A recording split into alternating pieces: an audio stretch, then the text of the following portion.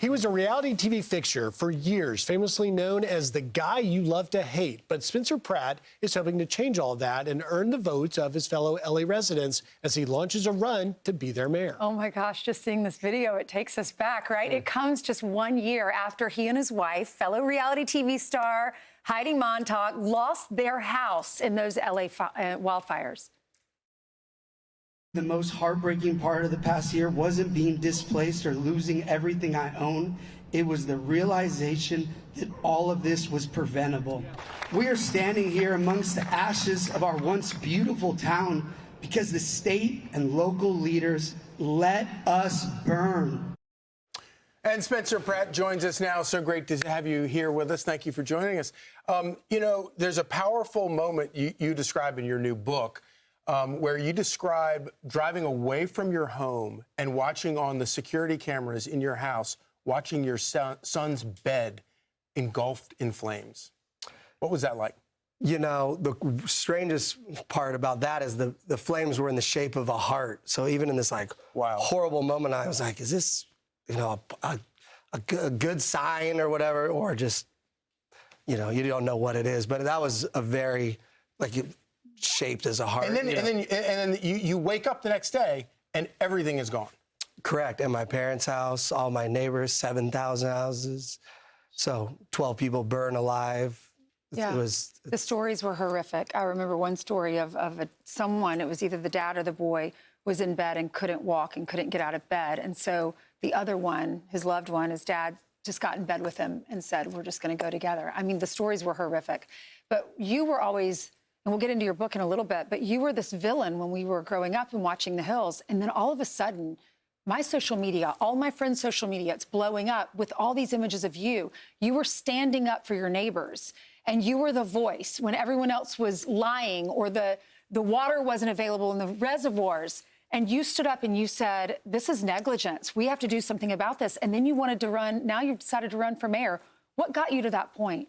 Well, to be clear, I never wanted to be mayor. I don't want to be in politics. I want to be back in my house with my family, going down to the local public schools and having just a normal life. But once you uncover everything I have in the last year, these people in charge should have resigned on January 7th, January 8th, and I was waiting for somebody to step up and, you know, go after these people, and nobody did. So I was like, okay, well, it's my job to do that. So, yeah, it's criminal negligence. Once people are burning alive, it's a whole nother tier in my mind. It's not just negligence.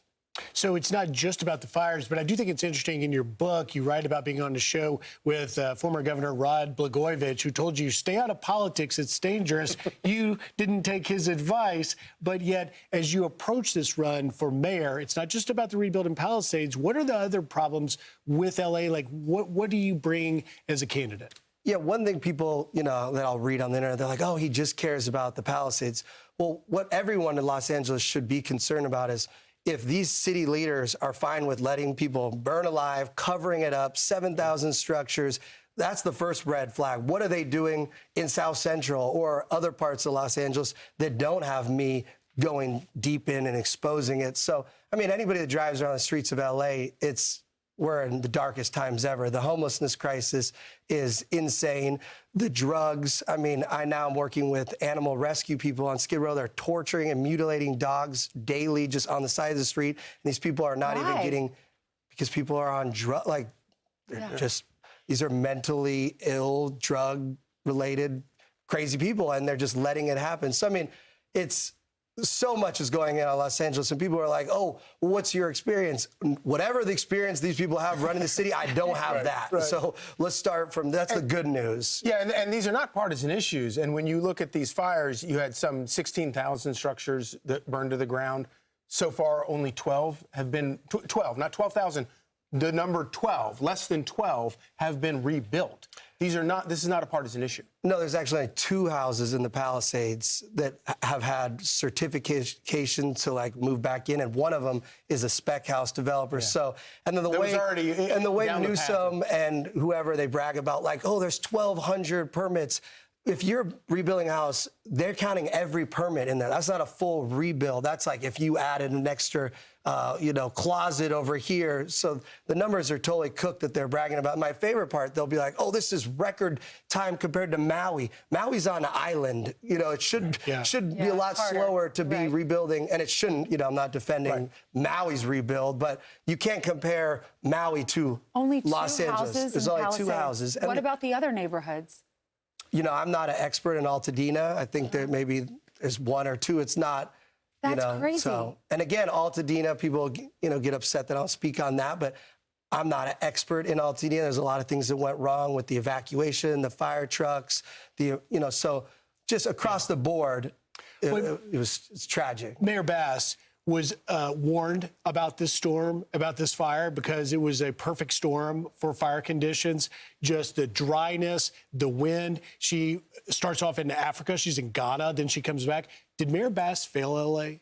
I mean, forget taking on, that's another thing. As mayor of LA, I'm never going to leave the city, period. There's no reasons to be in Africa when you're supposed to be taking care of your city. So that's first red flag. Second is all her text messages from this emergency have been deleted. She had some special auto-deleting texts that the LA Times couldn't even get. So what are in those text messages that were deleted? Right. I can't wait to read those. The list just goes on, and that's why, again, I'm running for mayor, because nobody wants 4 more years. What can you do differently, though, how will you get these permits quicker than what's happening now? Well, first off, as mayor, I won't lie to LA. She lied and said she was going to waive all the fees, which as mayor, you can't do. You need all the city council to. So truth, honesty is a first step, We, by the way, reached out to Mayor Bass for a statement. We have not heard back from them. Now we got to talk about the book. Yeah, so you're out with the new book. The Guy You Loved to Hate, Confessions from a Reality TV Villain. You share behind-the-scenes details of your time in MTV's The Hills from the book. Quote, they want to call it a natural disaster. No, it was negligence dressed up as an act of God. So why did you write this book?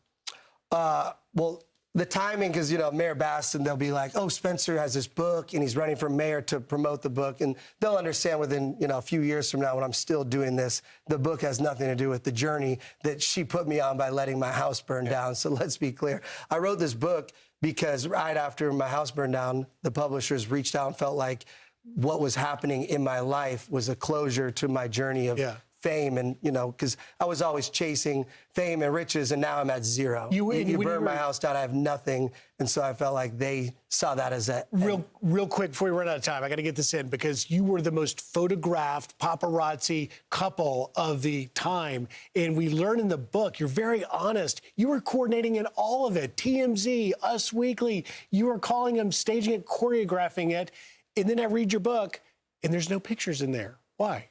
Well, every photo I've ever had burned to the ground thanks to Karen Bass and Gavin Newsom, and all my parents' photos burned to the ground. So the only photos I have start in like iPhone 10 or iPhone 7 when the cloud came in. And so it would have been weird to put just like photos from like 2012. So I was like, okay, no photos. But yeah, that's what people, they say, oh, you can rebuild. First off, I'll have 1 minute on the rebuild. You can't rebuild because they also changed the zoning because they want more money. So, for instance, even with the little money you may have gotten from Cal Fair Plan, you may now have to put $1.2 million in cement caissons into the bedrock, which weren't there before our houses burned down. And they didn't care our houses burned down, but now they care how we rebuild our houses. I'll just say, Spencer, I know we've got to leave, but I will say I love that you gave credit to God. Everyone deserves a second chance. We all thought you were a villain. But you scripted a lot of that, and you wanted to be that villain. But God bless you. Thank you for sticking up for the people of California, the Americans that lost everything, and I'm glad you gave credit to Christ. Well, one thing about losing everything, you start really locking in, and you're like, okay, God, show me some signs here on what I'm supposed to do. And that's, again, why I'm running for mayor. We got to leave it here. They're making us go to a break. It was great having you. For the kid that got a D- in business trig, you did pretty well. Thank you. Want even more Fox News on YouTube? Become a Fox News Patriot today. Click join to find out how.